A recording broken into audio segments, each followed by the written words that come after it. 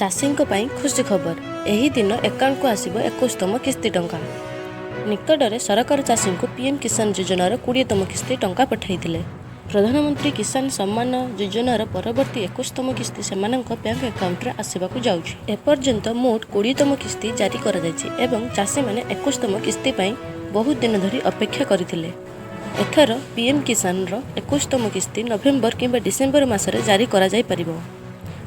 कारण योजनार प्रत्येक किस्ती प्राय 4 मासर व्यवधान रे आसी थाए। तथापि पीएम किसान परवर्ती किस्ती केबे प्रकाशित हेबो से विषय सरकार पक्षरु आनुष्ठानिक घोषणा अपेक्षा करा जायछि। जदि आपण प्रधानमंत्री किसान सम्मान योजनार परवर्ती किस्तीर लाभ पाइबाकु चाहुचंती तेबे आपणकर ई-केवाईसी एवं जमी जांच संपूर्ण हेबा आवश्यक। आपणकर आधार कार्ड को आपणकर बैंक अकाउंट सहित लिंक करबा एवं डीबीटी विकल्प को चालू करबा मध्ये बहुत गुरुत्वपूर्ण। एही समस्त प्रक्रिया बिना आपणकर किस्ती अटकी जाय पारे।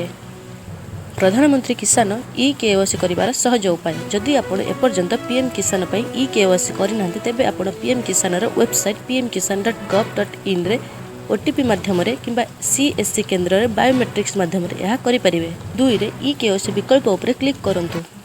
3 रे आधार नंबर प्रवेश करंतु एवं ओटीपी जांच करंतु। 4 रे जदि आपण ओटीपी माध्यम रे यहा करि परिबे नाही ते निकटस्थ सीएससी केंद्र को जानतु एवं बायोमेट्रिक्स माध्यम रे ई-केवाईसी पूर्ण करंतु। जो चाषी माने समय मध्य ई-केवाईसी किंबा जमी जांच करे नाहंती से माने एही किस्ती रु वंचित होई पारंती।